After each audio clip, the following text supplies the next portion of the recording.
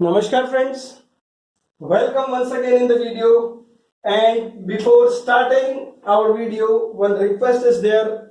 Please subscribe the channel, like, comment and share, and also don't forget to press the bell icon. आज जो video start है वो किस पर based है? ये combined effect of drugs. Combined effect of drug का यहाँ मतलब यह है कि जब दो दवाएं साथ लेंगे या फिर एक दवा लेंगे उसके जस्ट बाद दूसरी दवा लेंगे थोड़े से ही टाइम इंटरवल में, तो क्या इफेक्ट पड़ेगा? इफेक्ट किस पे पड़ेगा? एक ड्रग के एक्शन पे दूसरे ड्रग का, या दोनों ड्रग का एक्शन ज्यादा या कम होता है? तो आप समझ गए होंगे किस चीज की बात कर रहे हैं। ये जो इफेक्ट पड़ता है दो तरीके से पड़ता है। ये एक तो होता है उसको बोलते हैं सिनर्जिज्म और एक को बोलते हैं एंटागोनिज्म। सिनर्जिज्म एक अंग्रेजी का शब्द है, वो बन रहा है सिनर्जाइज से। सिनर्जाइज का मतलब होता है किसी चीज को बढ़ाना। समझने के लिए मैं बता रहा हूं आपको 1 + 1 = 11 या 1 + 1 = 2, तो समझ में आ गया आपको बेसिक चीज। नाउ इन सिनर्जिज्म, क्योंकि अपन पढ़ रहे हैं combined effect of drug, we are talking about a pair of drug. Pair of drug का मतलब दो ड्रग है वहां पर। When the pair of drug is given या taken by a patient, action in the same direction, या दोनों का एक ही डायरेक्शन में हो सकता है, या फिर one is inactive but increases the action of another। तो कहने का मतलब अगर पेयर में ए ड्रग है और बी ड्रग है तो हो सकता है दोनों का एक्शन क्या हो जाए, एक ही डायरेक्शन में बढ़ जाए, और या फिर क्या हो सकता है कि ये एक इनएक्टिव रहेगी लेकिन इसके एक्शन को बढ़ा देगी, मतलब प्लस का निशान कर देगी। तो बी का एक्शन जो अकेले में बी की वजह से होना चाहिए था ना, वो ए की वजह से ज्यादा हो जाएगा। तो ये इस बेस पर हम कह सकते हैं कि दो तरीके का एक्शन होता है सिनर्जिज्म में। एक होता है एडिटिव और एक होता है सुपर एडिटिव। जैसे आपने देखा सुपर एडिटिव, इसे बोलते हैं क्या? पोटेंशिएशन। बात करते हैं एडिटिव। एडिटिव का मतलब क्या होता है? Addition. 1 + 1 = 2। It is very simple. अब इसको और समझने के लिए हम अगर इक्वेशन फॉर्म में देखेंगे, it is very easy. Effect of drug A plus effect of drug B, इन दोनों को साथ दे दिया तो कैसा इफेक्ट आएगा? इफेक्ट ऑफ ए ड्रग, मतलब जो ए प्रोड्यूस कर रहा था, plus effect of drug B, मतलब जो अलोन दोनों प्रोड्यूस कर रहे थे, इसका इफेक्ट बराबर pair of drug. Example, aspirin plus paracetamol, जो एनाल्जेसिक एंटीपायरेटिक में काम करते हैं तो उनका एडिटिव इफेक्ट ही आता है।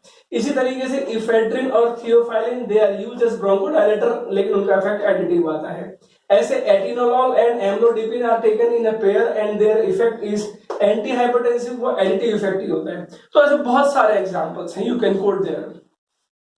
ये तो है एडिटिव इफेक्ट। अब आता है दूसरा, इसे बोलते हैं सुपर एडिटिव। सुपर एडिटिव मतलब बात कर रहा हूं पोटेंशिएशन। अब यहां पर आपने देखा कि इन दोनों का जो इफेक्ट है एक ही इंडिविजुअल इफेक्ट और एक ही इंडिविजुअल इफेक्ट का कॉम्बिनेशन है, लेकिन यहां पर क्या है?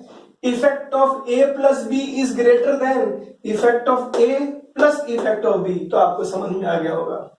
एग्जाम्पल के लिए L dopa, levodopa plus carbidopa, ये क्या करते हैं?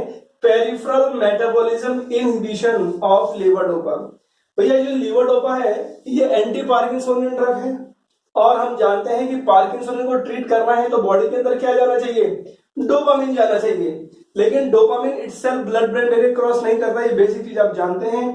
तो होता क्या है कि ब्रेन में घुसने से पहले डोपा डिकार्बोक्सिलेज एक एंजाइम है जो इस एल डोपा को मेटाबोलाइज कर देता है, तो वो पेरिफेरल में मेटाबोलाइज कर देता है, तो कम क्वांटिटी एंटर होती है ब्रेन के अंदर। अब इसकी डिटेल के लिए again you have to view my different video जो पार्किंसोनिज्म का है, एंटी पार्किंसोनियन ड्रग का है। लेकिन यहां पर अपन इसको अगर डिस्कस करेंगे तो video will be quite longer. तो एल डोपा की बात हो रही है, क्योंकि इसका पेरिफेरल मेटाबॉलिज्म कम हो इसलिए हम कार्बिडोपा देंगे, तो क्या होगा? ज्यादा अमाउंट ब्रेन में एंटर करेगी। तो दिस वन एग्जांपल। दूसरा एग्जांपल है एसिटाइल कोलिन प्लस फिजोस्टिगमिन। भैया एसिटाइल कोलिन क्या है? ये न्यूरोट्रांसमीटर है, और इसको जो डिग्रेड करने वाला एंजाइम कौन सा है? कोलिन एस्ट्रेस। तो फिजोस्टिगमिन क्या करेगा? कोलिन एस्ट्रेस को इनहिबिट कर देता है, अल्टीमेटली एसिटाइल कोलिन की कंसंट्रेशन बढ़ जाएगी, मतलब इसका एक्शन बढ़ जाएगा। तीसरा एग्जांपल है, बहुत क्लासिकल है, कई बार क्वेश्चन आया है कंपटीशन पे भी और जनरल क्वेश्चन भी, सल्फामेथोक्साजोल प्लस ट्राइमेथोप्रिन, जिसको को ट्राइमोक्साजोल के कॉम्बिनेशन के नाम से जानते हैं। इसमें क्या है? सीक्वेंशियल ब्लॉकेट लगता है फोलिक एसिड सिंथेसिस में या फोलेट सिंथेसिस में। वो कैसे? डिटेल दूसरी वीडियो में। कुल मिलाकर अगर फोलिक एसिड को बनना है तो 2 स्टेप में बनना है, समझाने के हिसाब से बता रहा हूं। एक स्टेप पर ये ब्लॉक लगाएगा, एक स्टेप पर ये ब्लॉक लगाएगा, जिसकी वजह से बनने के चांसेस ही खत्म हो जाएंगे फोलेट सिंथेसिस में। तो ये कहानी थी किसकी, आपकी सिनर्जिज्म की। अब जो ड्रग काम कर रही है एक डायरेक्शन में काम कर दिया, ये तो अपने पढ़ लिया synergism. Now we will see antagonism. भाई एंटागोनाइज एक अंग्रेजी का शब्द है, उसका मतलब होता है विपरीत चलना, और एंटागोनाइज से क्या बना, एंटागोनिज्म। तो we can say that one drug decreases the action of another drug, means I can say that effect of drug A plus effect of drug is less than effect of A plus effect of B. यहां पर क्या था, greater था, यहां पर क्या हो गया, लेस हो गया। Now as it is of 2 types, ये भी क्या है, 3 तरीके का होता है। कैसे, चौथा तरीका भी अभी आएगा। पहला है फिजिकल, दूसरा है केमिकल, और तीसरा है physiological. Means antagonism is of 4 types. First is physical, second is chemical, third is physiological. Physical का मतलब नाम से पता लग रहा है, it is based on the physical property of drug. Example के लिए the charcoal is given in alkaloid poisoning, वो क्या करता है, एड्सॉर्प्शन का तो काम करता है। ऐसा है, जब चारकोल देंगे एल्कोलाइड पॉइजनिंग में, तो सपोज चारकोल का अगर एग्जांपल लेता हूं कोई पार्टिकल, तो क्या करेगा, एल्कोलाइड को एड्सॉर्ब कर लेगा। तो ये फिजिकल प्रॉपर्टी है ना, सो दिस इज द एग्जांपल। दूसरा है टाइप्स ऑफ एंटागोनिज्म में, ये है केमिकल।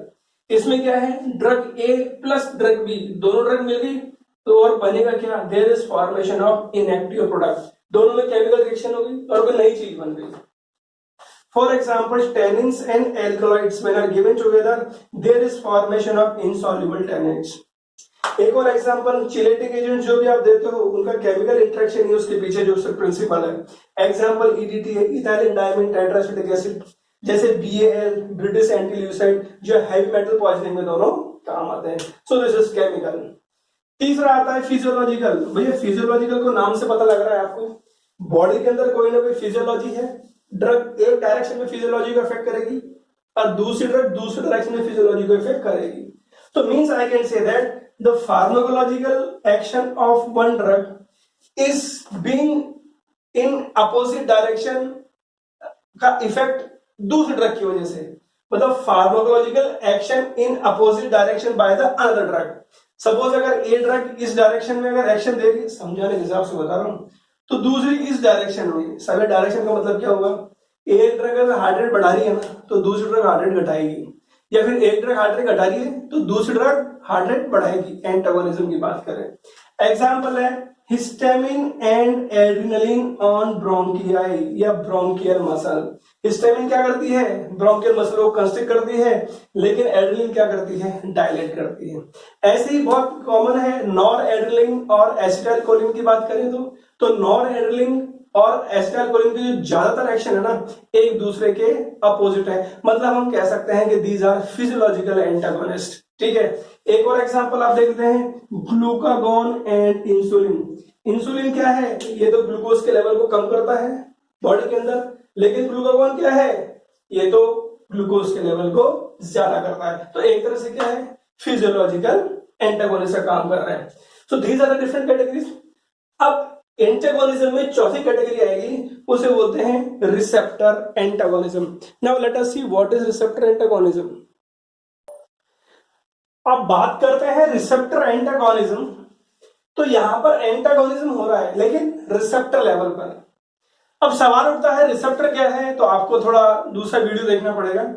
कुल मिलाकर एक सेंटेंस में अपन बोल सकते हैं कि रिसेप्टर तो एक कंपोनेंट है सेल मेम्ब्रेन का, जिससे ड्रग बाइंड होगी और अपना एक्शन शो देगी, अपना एक्शन शो करती है, आप देख चुके हैं पहले।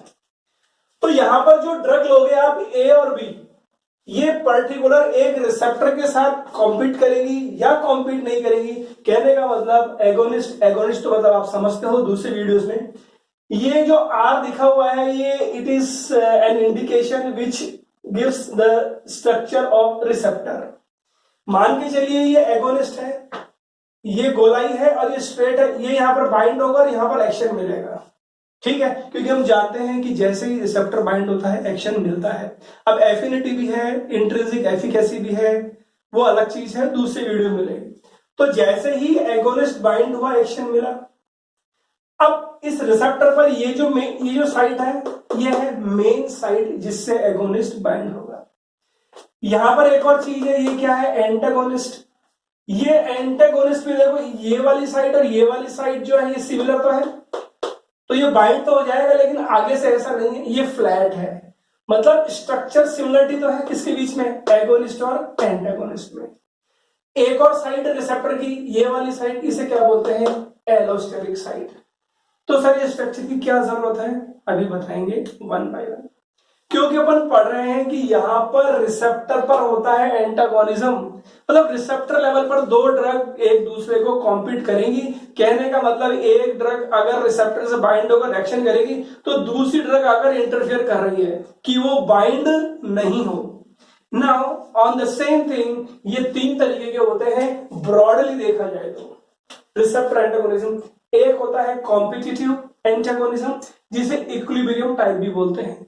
दूसरा होता है नॉन कॉम्पिटिटिव, ठीक है, इसको एक और नाम से जाना जाता है एलोस्टेरिक इनहिबिशन।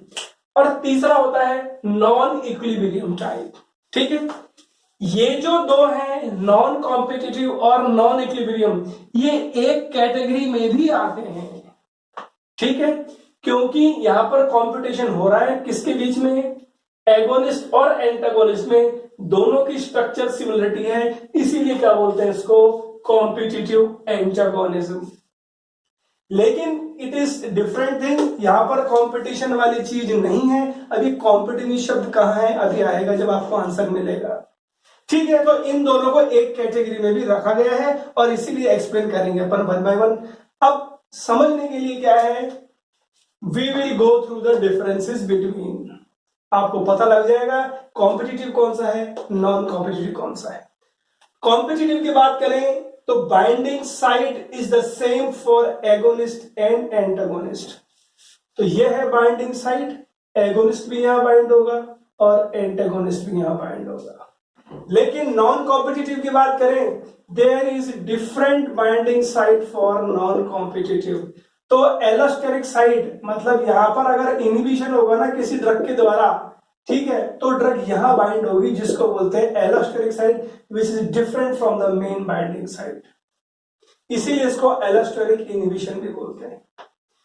दूसरी चीज है there is similarity between agonist and antagonist, ये सिमिलरिटी है, लेकिन यहां पर देयर इज नो सिमिलरिटी और रिजेम्बलेंस। जो इनहिबिटर है और मेन एगोनिस्ट है, दोनों के बीच में सिमिलरिटी नहीं है।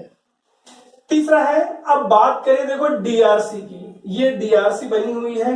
डीआरसी का मतलब है डोज रेस्पॉन्स कर्व, इसको एक बार छोड़ देते हैं, लास्ट में देखेंगे। फिर आता है response intensity depends on concentration of both, मतलब जो रेस्पॉन्स आएगा इन दोनों के कंसंट्रेशन पर आएगा कि एगोनिस्ट कितना है, एंटागोनिस्ट कितना है। क्योंकि इसका नाम क्या है, कॉम्पिटिटिव, तो अगर एंटागोनिस्ट यहां आ जाता है ना, और हम जानते हैं जैसे एंजाइम सब्सट्रेट रिएक्शन में क्या होता है, the competitive inhibition can be reverse by increasing the concentration of substrate. तो इसी तरह अगर एंटागोनिस्ट आ जाता है तो यहां पर अगर सब्सट्रेट की कंसंट्रेशन पर बढ़ा देंगे, मतलब एगोनिस्ट की कंसंट्रेशन बढ़ा देंगे, तो ये क्या हो जाएगा, रिवर्स हो जाएगा। तो यस, दोनों की कंसंट्रेशन पर डिपेंड करता है, लेकिन यहां पर क्या है, it depends only on concentration of antagonist. जितना एंटागोनिस्ट यहां पर बाइंड होगा उतना ज्यादा आपका रिएक्शन आएगा। ठीक है, वही चीज it can be reverse by increasing concentration of agonist, जो मैंने आपको बताया, क्योंकि स्ट्रक्चर सिमिलरिटी है। ठीक है, लेकिन it can not be reverse. तो ये तो हुई एक बात।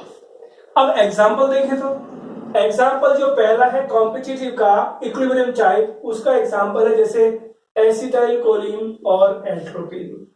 एसिटाइल कोलिन को एंटागोनाइज करने वाला कौन सा है, एट्रोपिन है, सीधी सी बात। ऐसे ही सिमेटिडिन एक्सॉन H2 रिसेप्टर एक और एग्जांपल है। दूसरा है एग्जांपल जो नॉन कॉम्पिटिटिव का है, वो डाइजिपाम और बिसिकोलिन। आप जानते हो ये जो ड्रग है, ये जो आपके रिसेप्टर होते हैं उस पर यहां पर दूसरे साइड पर बाइंड होती है एलोस्टेरिक, जिसकी वजह से इनहिबिशन होता है डाइजिपाम के एक्शन का।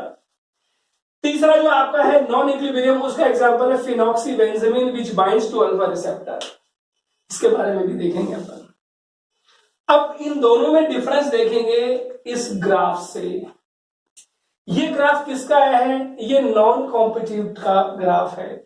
नॉन कॉम्पिटिटिव मतलब ये भी नॉन कॉम्पिटिटिव है, और दोनों के अंदर डिफरेंस समझाने के लिए ये एक डोज रेस्पॉन्स कर्व बताया गया है। डोज रेस्पॉन्स कर्व का मतलब जितनी डोज दोगे उसके हिसाब से रेस्पॉन्स या एक्शन कितना आ रहा है।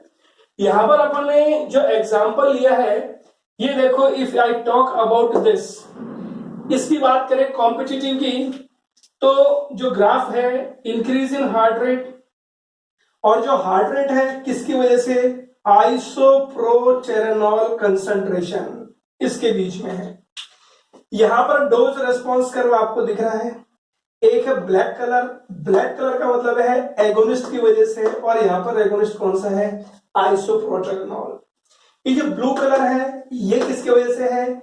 आइसोप्रोटेरेनॉल प्लस एंटागोनिस्ट, और यहां पर एंटागोनिस्ट कौन सा है? प्रोप्रेनोलॉल। तो यहां मतलब जब आइसोप्रोटेरेनॉल और प्रोप्रेनोल दे दिया ना, तो ये ऐसा ग्राफ आ रहा है, और जब प्रोप्रेनोल की कंसंट्रेशन 2 टाइम्स बढ़ा दी तो ऐसा ग्राफ आ रहा है। अब आप देखिए, जब प्योर एगोनिस्ट दे रहे हैं तो ग्राफ ऐसा है।